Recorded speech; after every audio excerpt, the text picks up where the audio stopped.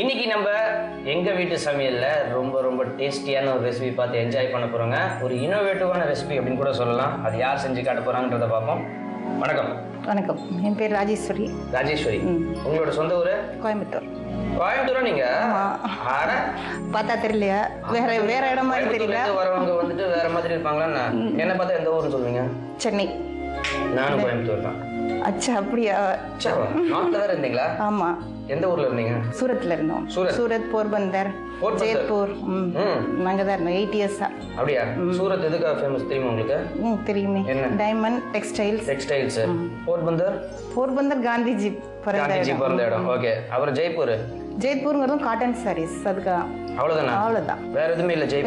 ஜெய்ப்பூர் இல்ல, Jaipur. Okay okay. இது வந்து குஜராத்தோட. ஓகே. சோ அங்க காட்டன் தான் இருக்கும். சூப்பர். இன்னைக்கு உங்களுக்கு என்ன செஞ்சு காட்டுறீங்க? இது குஜராத்தி டைப் தான், பட் ரவால பண்றது.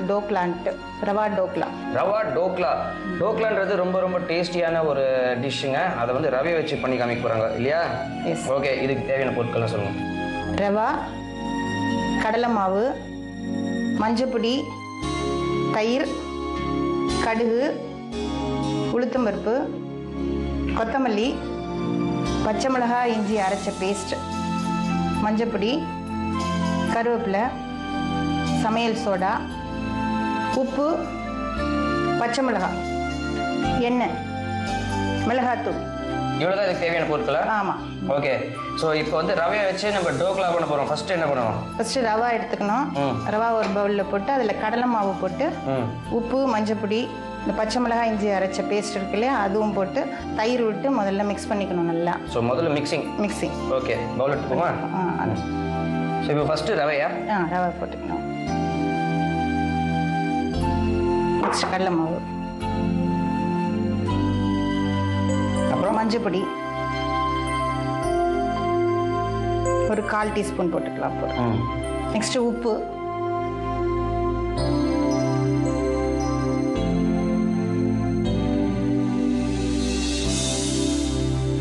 அடுத்தது பச்சை மிளகாய், இஞ்சி அரைச்ச பேஸ்ட்,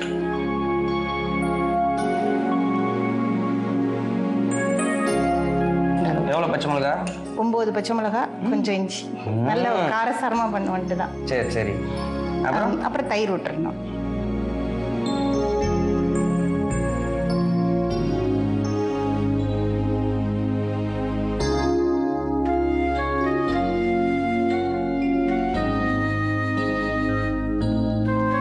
நல்லா மிக்ஸ் பண்ணிக்கணும். அது 1.5 கப் ரவான்னா 1.5 கப் தயிர். ஈக்குவல் ரேஷியோல விட்டுக்கணும். கடலை மாவு வந்து 1.5 டேபிள் ஸ்பூன். நல்லா மிக்ஸ் பண்ணியாச்சு. நெக்ஸ்ட் இந்த ஆயில்ல வந்து சோடா உப்பு மிக்ஸ் பண்ணி ஆயில் இதுல விடணும். ஆயில் வந்து ஒரு 3/4 டேபிள் ஸ்பூன் விட்டுக்கணும். ஆயில் இதுல விடுங்களேன்.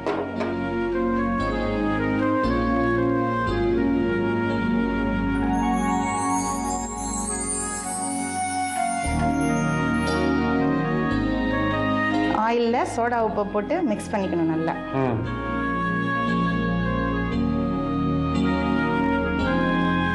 சாஃப்ட் கொடுக்கதான், கொஞ்சம் ஒப்பி வரத்துக்கு.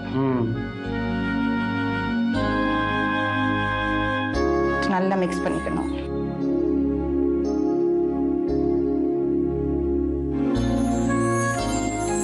நல்லா மிக்ஸ் பண்ணிட்டு நல்லா மிக்ஸ் பண்ணியாச்சு. இப்போ ஒரு பாத்திரத்துல எண்ணெய் தடவி குக்கருக்குள்ள வச்சு பாயில் பண்ணணும். ஓகே.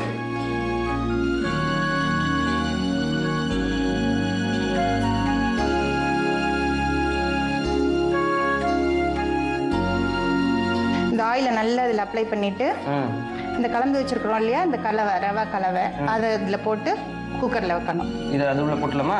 போட்டுக்கலாம்.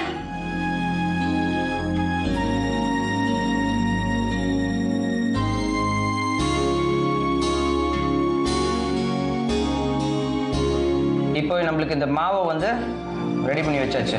அடுத்தது இதை வந்து வேக வைக்கணும். ஓகே. அடுப்பு பற்ற வச்சிருவோமா?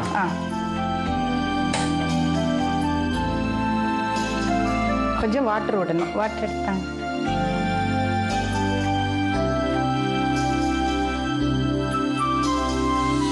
இப்போ இந்த கலந்துருக்கோம் இல்லையா அந்த ரவா மிக்ஸை இது உள்ளே வச்சு பாயில் பண்ணணும்.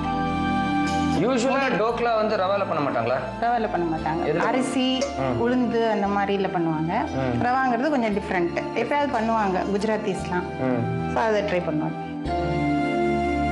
ஸோ அதில் வந்து ரவைக்கு பதிலாக அரிசியும் உளுந்தையும் அரைச்சி போடுவாங்களா? அரைச்சி போடுவாங்க. சேம் கடலை மாவு எல்லாம் இதே சேம் தான், பட் அரிசிக்கு பதிலாக ரவை. ஓகே. ஸோ இது எவ்வளோ நேரம் இது வெயிட் வைக்கக்கூடாது? வெயிட் போடக்கூடாது. ஒரு 10 to 15 minutes பாயில் ஆகணும். திறந்து பார்த்துலாமா? பார்த்தேன்.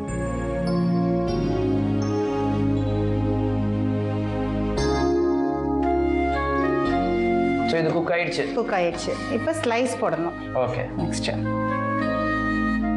கொஞ்சம் பெரிய பெருசாக டைமண்ட் ஷேப் போட்டாக்கா சரியா இருக்கும். கத்தி கொடுங்க. Happy birthday to you.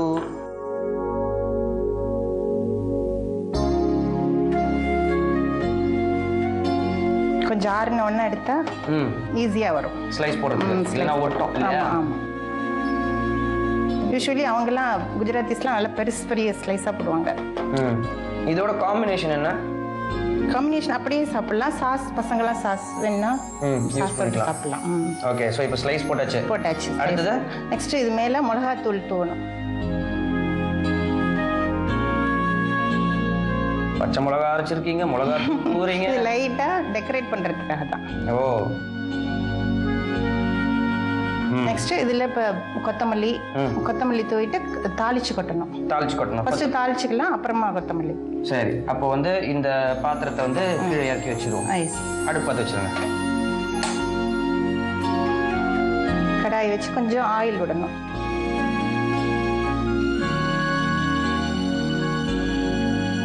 இதுக்கு ஆக்சுவலாக கம்மன் டோக்லா அப்படின்னு சொல்லுவாங்கல்ல?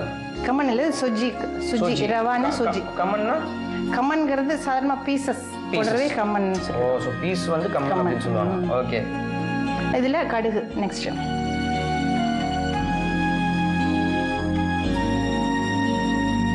கொஞ்சம் உளுத்தம் பருப்பு,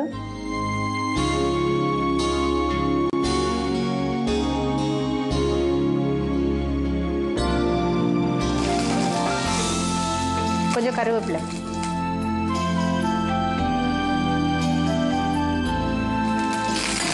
பச்சை மிளகா. ஒரு பச்சை மிளகா போதும். ஜஸ்ட் ஒன்று போதும். சும்மா டெக்கரேட். காம்பு கிள்ளணுமா? ஆமாம், கிள்ளிட்டு ஜஸ்ட் ஒரு கட் பண்ணி சென்டரில் கீறிட்டு போடுங்க. அவ்வளோதான். ஓகே. இது கொட்டிட்டு இதில் போட்டு மிக்ஸ் பண்ணி நல்லா குலுக்கி மிக்ஸ் பண்ணணும். ஸோ இப்போ இதை வந்து இந்த எண்ணெயில் குலுக்கிக்கலாம். ஸ்லைஸ் எடுத்துட்டு கொத்தமல்லியும் தூவிட்டு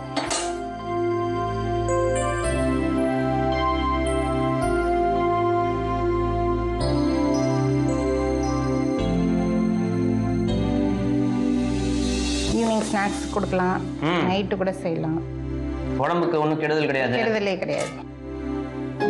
சோடா உப்பு மட்டும் கொஞ்சம் கம்மியாக போட்டுக்கலாம். ஆனால் சோடா உப்பு போடலைன்னா இந்த ஃப்ளஃபினஸ் வராது. வராது. கொஞ்சம் சாதாரணமாக இருக்கும். டேஸ்ட்டு கொஞ்சம் நார்மலாக. அதில் ஃப்ரூட் சால்ட்டுன்னு இருக்குது இல்லையா, போட்டால் அந்த ஃப்ரூட்ஸோட ஃப்ளேவர் கிடைக்கும் நமக்கு. அதுலேயே வெரைட்டி ஃப்ரூட்ஸ் வரும் இல்லையா, பைனாப்பிள், மோசம்பி, அதெல்லாம் உங்களுக்கு அவ்வளோதான். சர்வ் பண்ண வேண்டியதான். கொடுங்க.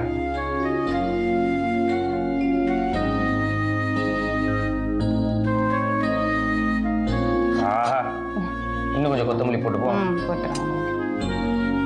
பிரமாதமா? ரவா டோக்லா ரெடி. பிரமாதமான ரவா டோக்லா. சான்ஸே இல்லைங்க. ஸ்மெல் அவ்வளோ பிரமாதமா இருக்கு. இதை டேஸ்ட் பண்ணி பார்க்க போறோம். ரொம்ப தேங்க்ஸுங்க. தன்யவாத். ஓகே.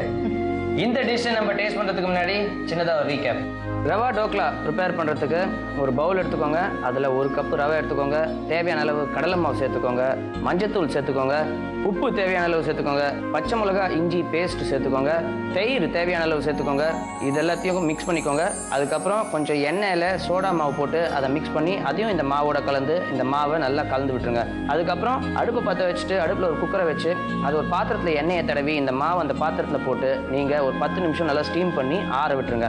ஆறுனதுக்கப்புறம் சின்ன சின்ன க்யூப்ஸாக நீங்கள் அதை பீசஸாக கட் பண்ணிக்கோங்க. அதுக்கப்புறம் அதில் மிளகாத்தூளை வந்துட்டு அது மேலே ஸ்ப்ரிங்கிள் பண்ணி விட்டுருங்க.